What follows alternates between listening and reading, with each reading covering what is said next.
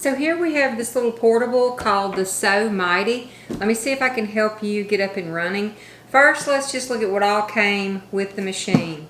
This is the box. Now your machine may not be called a SewMighty. There are many other people who have branded this with their own name. So if the machine looks like this, I can help you out. So don't get hung up on the name. Now, different machines come with different packages. So let me show you what was in mine. It has this extension table that goes along with it, and that just slips right onto the front there to give you some extra workspace. We'll get that out of the way though. It has legs on the bottom. You need to open the legs out when you put that on. You have your foot pedal, of course, and you have a power cord. They're separate. You have a little instruction booklet. It comes with a couple of extra spools of thread, black and white, and some extra bobbins. This uses the metal bobbins. It's also preloaded with one spool of thread and one full bobbin in the machine. It has a couple of extra machine needles, and this is a handy little, I don't know if you can see it. This is a needle threader. It's a little aluminum thing with a wire on it, and you poke the wire through the needle and then pull the thread back through. I don't use them too much. I just kind of stick it through there. Now, it also has a buttonhole foot. Alright, what I assume to be like an extra packet, this is a little thread clipper. Works kind of like tweezers, but you just pinch it and it snips your thread. So that's kind of handy. Then you have this packet of different accessories. It has 16 spools of thread, and I think it's 16 3-wound matching bobbins. It's got some more machine needles. This is a seam ripper for when you need to pull your stitches out. A pair of scissors, another needle threader, a plastic thimble, and a measuring tape. So I got this one off of Amazon. It was $60.59 and change with all the stuff. So you know how it is. You can Google a mini sewing machine. You can get on Amazon and look, and it will pull up multiple ones. A lot of them will have different accessories and different price ranges. So this is what I got. So let me come around to the other side, and we're going to go ahead. I want to, first of all, the best thing to do is to unthread it all and rethread it, because sometimes things come loose during shipping. But before we do that, the first thing you're going to want to do is plug in your foot controller and your power. So the one that says DC, that's going to be your power. And the one that says foot pedal, well, that's going to be your foot pedal. Now, one warning. When you plug in the power cord, your machine is on. And if you accidentally push the foot pedal, it's going to sew. Also, this machine has this knob as well. If you put it on the low, it's on off right now. L is low, H is high. If you move this over, it's going to start to sew on its own. That's so you don't always have to use the foot pedal to sew. Also, your light is right up here. If you push that button in and out, turns your light on and off. And then this is a thread cutter. When you get through sewing, you can wrap your thread around it and pull, and it cuts it. So we'll look at that when we get going. Anyway, let me come around and show you how to unthread and then rethread it. So first, let's take the thread out. Now, when you take thread out, take your spool of thread off the spool holder, and you're going to snip it right there. And then take your thread that's coming out of your needle and pull it straight on through. You usually, if it's possible, you want to remove thread frontwards, because that's how all of your tension guides or whatever are designed to feed thread, and it'll make it last longer. Now, to get your bobbin out, you're just going to press down on this little clear. There's a little clear cover here. Just press down and pull it backwards. then your bobbin just lifts right out, which is easier to do without a camera. Okay, so you're just going to pull that bobbin right out. Now, we're totally unthreaded. One thing I want you to check is this little spool cap right here on the bottom. Make sure that it's not turning. It should be, don't break it, but just push on it a little bit and see if it spins, because it does come off. And there's a little notch in it right there. That little notch fits on a little peg on the other side. So when it's seated properly, it won't spin. Now see, right now, it's not right. It's spinning. So find where the notch goes and press down, and then see it doesn't spin now. Okay? Alrighty then. So we have everything undone. We've checked that to make sure it's good. Let's go ahead and get our spool of thread and put that back on here. So you're going to put your spool of thread on this one, and you want the thread to come off the back of the spool. You see how it's coming off the back? Alright, now we're going to go over here. You see how this makes a little zigzag-like thing in here? We want to go in that guide. So I'm going to turn it around and let you see what it's doing on the back. We're going to slide it in like that. You see that? And then come up. Now, this right here, it's got like a screw top on the top, and then it's got this floating disc right here, and then it's got the flat part. You want to go under the floating disc. So when you slide it around, bring it under that, and you might have to pull on it from both sides to make sure it gets under there correctly. Okay? Now, coming back around to the front. Okay. At this point, we're going to go down this channel. This dial right here is your thread tension dial. And if you look at it, you can spin it. If you look at it, it's numbered 1, 2, 3, 4, 5, 6, 7, all the way to 9.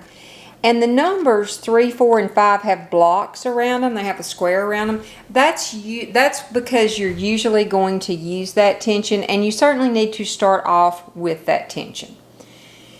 Now, in here, there are two little tension discs. They're little metal discs, and you can actually see them. And when tension is engaged, they're shut tight. That's what puts the tension on it. So we need to make sure that the discs are open when we lay this down in the channel. They are open whenever your presser foot is up. So let's make sure our presser foot is up right now. To raise and lower your presser foot, we use this lever right here. Now see, it's up. If I press it down, now the presser foot is down. So when you're threading your machine, make sure that this is up. Now you also want to, at this time, make sure that your needle is in the uppermost position. And you can look at this lever right here. This is called your take-up lever. When your needle is in the uppermost position, this is going to be sticking way out here. And see, as you turn this hand wheel, it goes up and down. So you want to make sure it's as high as it can go. Now we're ready to thread. Just lay this thread right down in the channel and then bring it right back up. You see the little U-turn symbol right there? That's because you're making a U-turn all the way back up here to your take-up lever. Now, this hole in the take-up lever, we're going to thread it from right to left. So you just take your thread and you run it right through that hole and pull it out the other side, just like that, okay? And then just drop it, and it's going to drop right down there beside where it says number 4, okay? Now we are ready to thread the needle. So you see right here, attached to your needle shaft, there's this little metal piece right here. There's a hole in it. Okay, that's where our thread is going to have to go next. Now it's kind of hard to get to when it's raised up. So at this point, I'm going to grab my hand wheel, which is the wheel down here, and I'm going to turn it towards me until that needle gets a lot lower. Now it's easier to get this thread through that hole from top to bottom, just like that. And then, make sure that's in there, I'm going to raise the needle back up. Okay? Now, at this point, I'm ready to actually thread the needle. There's a tiny hole down in the bottom of your needle, right there, and you're going to thread it from front to back. Now, it's easier to thread with this foot out of the way, so I'm going to take this lever and let it down. And then I'm going to grab the end of my thread. Now, if your thread has gotten frayed a little bit from threading it, you might want to snip off that end and get a good sharp end. Otherwise, you're just going to push. Let me turn this way so maybe you can see me better. You're just going to push it right through that hole from front to back. Just like that. You see it coming out, so push it. I usually use my other finger. Push it to the side and then grab it, and you're going to pull that right on out. Okay? Now, you can lift your presser foot back up, and then I always bring this around and put it right back under. Now you can see my thread's coming down here, it's going through the needle, and it is in the hole. I pulled it around through the slot in the front, and it's in the hole and coming out the back here. Okay, that is all there is to threading the needle. Now let's take care of putting this bobbin back in the bobbin casing. You're going to hold your bobbin with it coming off the left side, and you're just going to drop it right in there. And then swing it around or pull it around, and it can go over the back side, it doesn't matter. And push that tail back out that side. Now what we need to do, and you want to have at least a 4 or 5 inch tail. I have far too much, so I'm going to cut off a little of this. Now what we need to do is something called pulling up the bobbin. You want your bobbin thread. Now I want you to hang on just a second. You don't have to do this. I'm just going to take this foot off so you can see what's happening underneath. But this is a good time to show you. If you need to take this foot off, you can push this lever right here. And see how the foot just dropped off? And then I can slide it out of the way. Now you're going to be able to see what's going on under here. Okay. See, here's my bobbin thread. It's way over here, just coming straight out of the bobbin, and here's my needle thread coming out of the needle. I need my bobbin thread to come out of this hole that is right here underneath the needle. Okay, that's where you want your bobbin to come out of, because when this works, or when the machine is on, it's tying the threads together, so they have to come out of the same hole. Now what you want to do is with the hand wheel, all right, hold both threads, and you can do this with the foot on. You do not have to take the foot off for this. I just want you to see what it's doing. So when you turn the hand wheel and your needle goes in, it swings around. You see how that white thread is swinging around there? And it's grabbing that black thread. So make sure you're only holding the needle thread. That's my white thread. Now, a little loop came up, and I can pull that through. So now what we have, the bottom thread, which is my black thread, is coming up through that hole, and my needle thread is in here. Let me do that one more time with the foot on so you can see how that happens.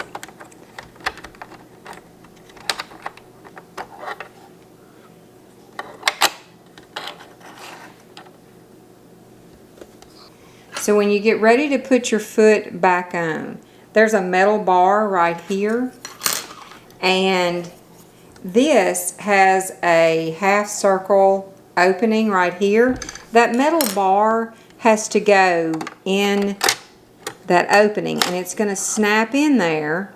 So what you do is line it up and you're going to let your foot down with that. Now press this to open it and it just snaps right in there.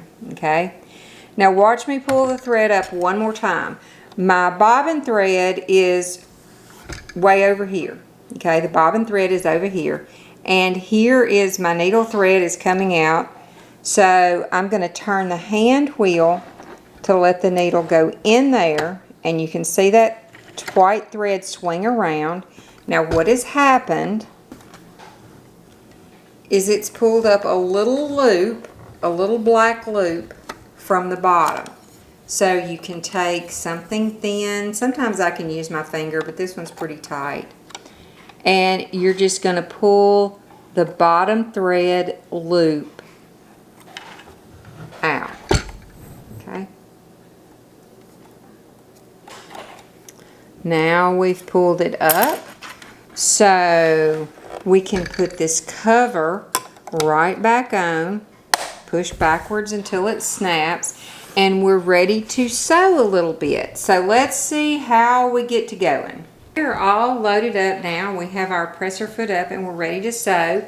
Let's talk about the stitch choices.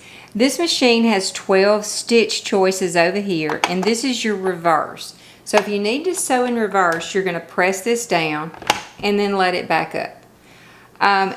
These are not buttons. What you do is you turn this dial. This dial has numbers on it from 1 to 12. So the arrow right here, whichever number it's pointing to, that's the stitch you're going to get. So let's talk about these. 1, 2, and 3 are your straight stitches with a center needle.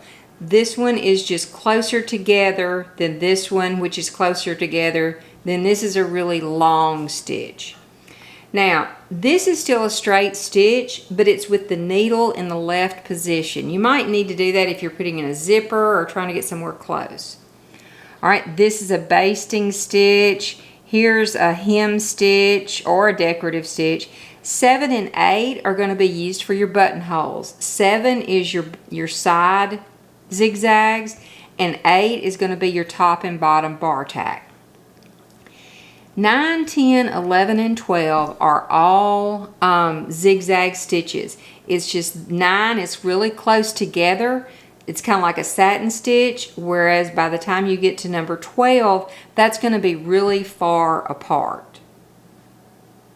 Oh, one little thing I forgot to show you when there is a little hidden drawer over here so you could keep your bobbins in it. That's kind of cute. But anyway, now that we're ready, let's pick stitch number 2. So I'm going to turn this, and I have to go back one. Okay, I'm on stitch number 2. So now we have our stitch selected. We're going to try number 2. I'm going to start off with my tension at 4. You always need to practice with your tension on a scrap piece of fabric first to see, because different fabrics and different threads all need little adjustments to the tension. So when you put your fabric under here, let your foot down, you want to turn your hand wheel until the needle goes down into your fabric. That's always the best way to start. And I always hold my thread tails off to the left. You're not pulling on them, you're just keeping them from getting tangled back up in here. Alright, so I'm going to turn the little switch. I'm going to use low first. And let's just see how we're doing. And when you get to where you want to stop, if you want to go in reverse, just hold this down. I'll show you.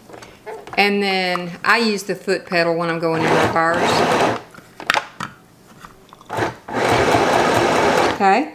If you want to turn a corner, stop where the needle is down, lift your foot up and spin your fabric.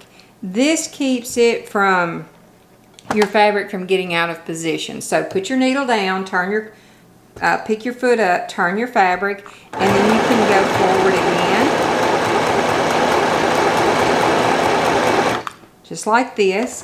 When you get through, pull your needle up, lift your foot up, and then pull your fabric out. Now, if your threads just won't come, you don't have your needle in the right position, so just ease that hand wheel around while you're pulling slightly on it until you can feel it loosen up. Come around here to your thread cutter, snip that off, and this is what our stitches look like. It's white on the front, black on the back. Now you see, you can sort of see the black thread, the bottom thread coming through there. That's why you usually use the same color thread on top and bottom. This is very thick thread. You can tweak it a little bit. You know, normally I don't like for my bottom thread to show through, but we're going to deal with what we got. And that's not a bad stitch, not at all. See, it's tied together in there. So this is how to use it just as is. Now, I do want to be honest, I have had a problem winding new bobbins. So I'm going to make another video on how to wind your own bobbin, on the tricks I came up with. But for now, if you just want to sew some with the threads and the bobbins that came with it, you have plenty there in the little kit. So go to it and let me know what you think about the machine. Thanks for watching. Bye.